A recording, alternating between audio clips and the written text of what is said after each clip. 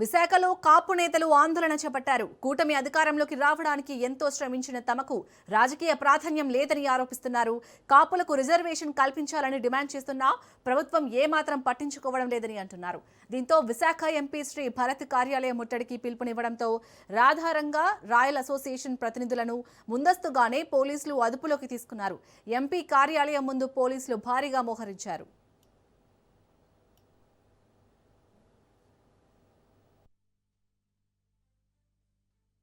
Sir ఎవరు sir ప్రశాంతంగా అనేది చెప్పండి. ఎన్ని అర్జీలు ఇచ్చుకొని ఎవడు పట్టించుకోడు.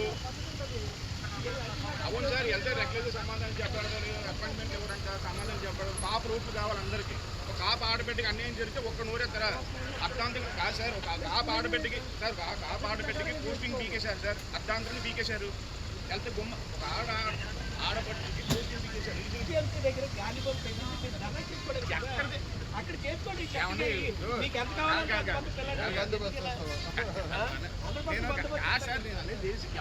సార్ మా మాట 2 సంవత్సరాలు అయిపోయింది సార్. సార్ ఉత్తరాంధ్రలో మీరు చూడండి, రాజకీయాలు కాదు మీకు తెలియని కాదు, ఎన్ని సంవత్సరాల నుంచి వాడు చూపుతున్నారే కానీ